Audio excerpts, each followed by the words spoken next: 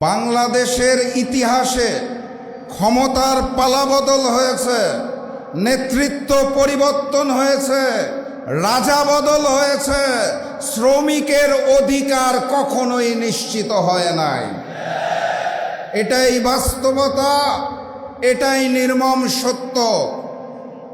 আমাদের দলের একটা স্লোগান আছে, স্লোগানটা হচ্ছে লড়াই ছাড়া মেহনতি জনতার মুক্তি নাই।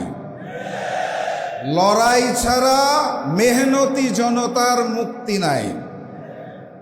ওই প্রবাসে আমার যে শ্রমিক ভাইরা থাকে, তারা যদি রেমিটেন্স বন্ধ করে দেয়, আমার দেশের যে শ্রমিক ভাই বোনেরা আছে তারা যদি কাজ বন্ধ করে দেয়, তাহলে সংসদের ওই মন্ত্রী এবং প্রধানমন্ত্রীর বেতনও হবে না। দেশে শ্রমিকরা কাজ করে বলে দেশের অর্থনৈতিক চাকা সচল রয়েছে।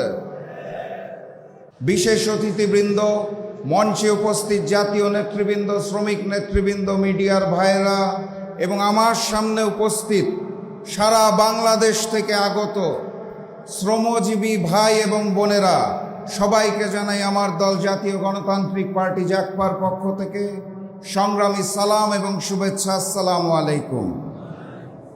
আপনারা কেমন আছেন? আলহামদুলিল্লাহ।